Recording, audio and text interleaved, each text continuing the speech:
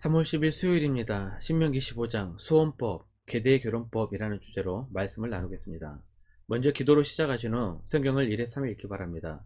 꾸준한 영성 훈련은 당신의 인생을 변화시킵니다. 말씀 다 묵상하셨습니까? 첫 번째, 공의로운 재판. 1절입니다. 사람들 사이에 시비가 생겨 재판을 청하면 재판장은 그들을 재판하여 의인은 의롭다 하고 악인은 정죄할 것이며, 공동체 안에 분쟁이 생기면 사적으로 처벌하거나 복수를 해서는 안됩니다. 피해 보복을 부를 수 있기 때문입니다. 반드시 재판장에 가지고 가야 합니다.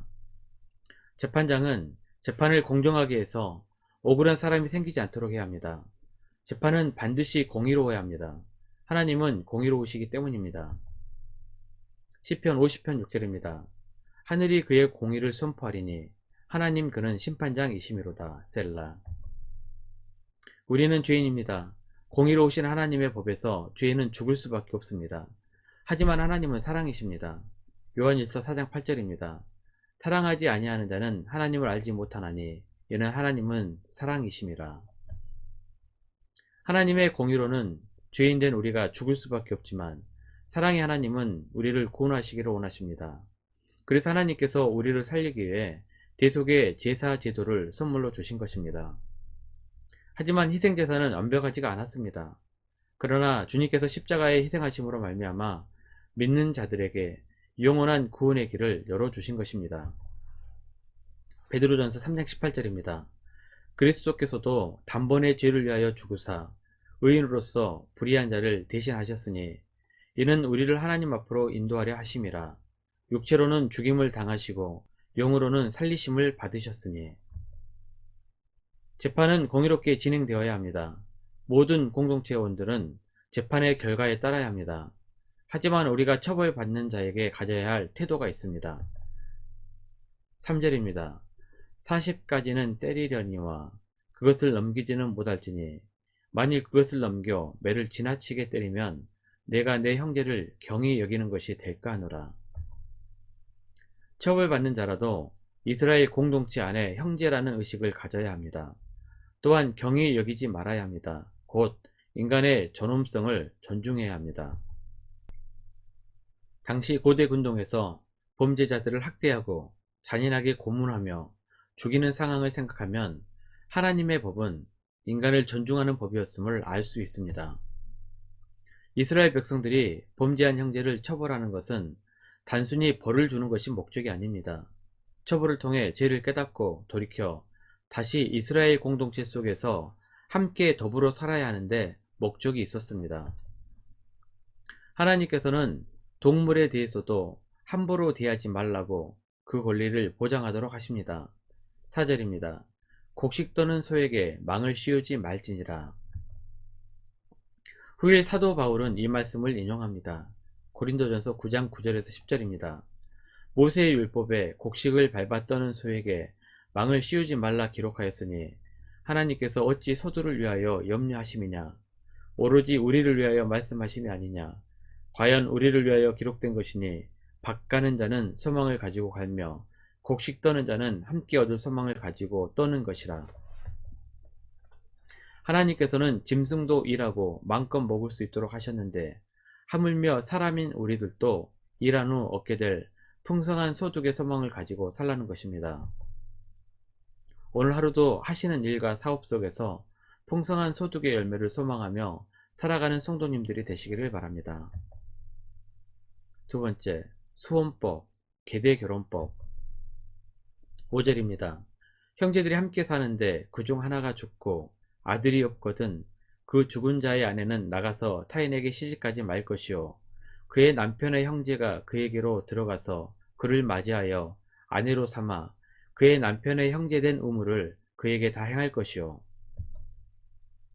수혼법, 계대결혼법이란 남편이 죽으면 남편의 동생이 형수와 결혼해 대를 잇게 하는 고대 근동의 법이었습니다. 모세의 율법이 만들어지기 400년 전에도 유다의 며느리 다말이 수혼법에 따라 남편인 엘이 죽자 동생인 오난과 결혼한 이야기가 나옵니다.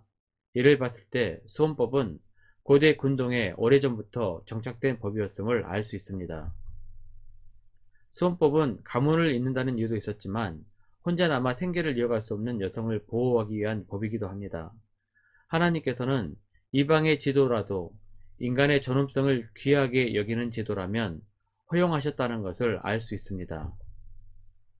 그런데 만약 수혼법이 싫어 형수와 결혼하지 않으면 어떻게 되었을까요? 9절입니다. 그의 형제의 아내가 장로들 앞에서 그에게 나아가서 그의 발에서 신을 벗기고 그의 얼굴에 침을 뱉으며 이르기를 그의 형제의 집을 세우기를 즐겨 아니하는 자에게는 이같이 할 것이라 하고, 공동체 앞에서 형수는 동생의 신을 벗기고 그의 얼굴에 침을 뱉으며 형제의 집을 세우기를 즐겨 아니하는 자는 이런 대우를 받아야 마땅하다고 외치는 것으로 그 결혼은 면제가 됩니다. 하지만 형수와 결혼이 면제된 자는 평생 신 벗김 받은 자의 집이라는 오명이 따라오게 됩니다. 형제의 집을 세우는 의무를 다하지 못한 이기적인 사람이라는 낙인이 찍히는 것입니다. 3. 기타 규정. 1. 아내가 남편과 싸우는 다른 남자의 음낭을 꽉 쥐어 깨뜨리면 그 여인의 손을 찍어버려야 합니다. 생식의 기능이 훼손돼 그 사람의 대가 끊어지는 것을 막기 위한 법입니다. 수혼법 바로 다음 이 규정이 나온 것을 보니 대를 잇는 것은 많은 생명이 탄생하는 것인데 그것을 막는 커다란 죄이기 때문입니다. 이스라엘에서는 대를 잇지 못하는 것은 저주라고 여겼습니다. 하나님께서도 생육하고 번성하라고 말씀하셨는데 하나님의 명령을 파기하는 행위였습니다. 창세기 9장 7절입니다. 너희는 생육하고 번성하며 땅에 가득하여 그 중에서 번성하라 하셨더라. 2. 장사하는 사람은 공정한 조울추를 두어 정직하게 장사해야 합니다. 정직하면 손해본다는 생각은 세상이 주는 유혹입니다. 하나님의 나라의 법은 정직한 자가 복되고 형통합니다. 잠언 14장 11절입니다. 악한 자의 집은 망하겠고 정직한 자의 장막은 흥하리라. 시편 112편 2절입니다. 그의 후손이 땅에서 강성하며 정직한 자들의 후손에게 복이 있으리로다. 3. 출애굽 중 르비딤에서 이스라엘을 뒤에서 공격해 쳤던 아말렉을 역사에서 지워버리라는 말씀입니다. 출애굽기 17장 14절입니다. 여호와께서 모세에게 이르시되 이것을 책에 기록하여 기념하게 하고 여호수아의 귀에 외워 들리라. 내가 아말렉을 없이 하여 천하에서 기억도 못하게 하리라. 하나님의 백성을 괴롭히는 것은 하나님을 회방하는 행위입니다. 말씀 요약합니다. 첫 번째, 법과 질서를 잘 준수하십시오. 특별히 하나님의 법인 말씀을 묵상하고 그 말씀대로 사십시오. 두 번째, 나에게 맡겨진 사명에 최선을 다하십시오. 의무를 다하지 못하는 것은 이기적인 일이며 부끄러운 일입니다. 1년 성경 일독 주간 계획입니다. 오늘은 수요일 사사기 14장부터 16장까지 말씀 천천히 묵상하십시오. 3월 중보 기도 제목입니다. 5가지 기도 제목을 놓고 충분히 기도하시고 개인 기도의 시간을 가지시길 바랍니다. 가정에서 기도하시기 힘드신 분들은 교회에 나오셔서 주중 기도의 시간을 이용하시면 됩니다. 주중 기도의 시간은 새벽 6시부터 밤 10시까지입니다. 하루 30분씩 최선을 다하시기 바랍니다. 그러면 여러분의 삶이 변화될 것입니다. 영상을 다 보신 분들은 확인 문자를 보내시거나 유튜브에 댓글로 달아주시면 정기적인 영성 훈련에 도움이 될 것입니다. 오늘 하루도 승리하시기를 기도합니다.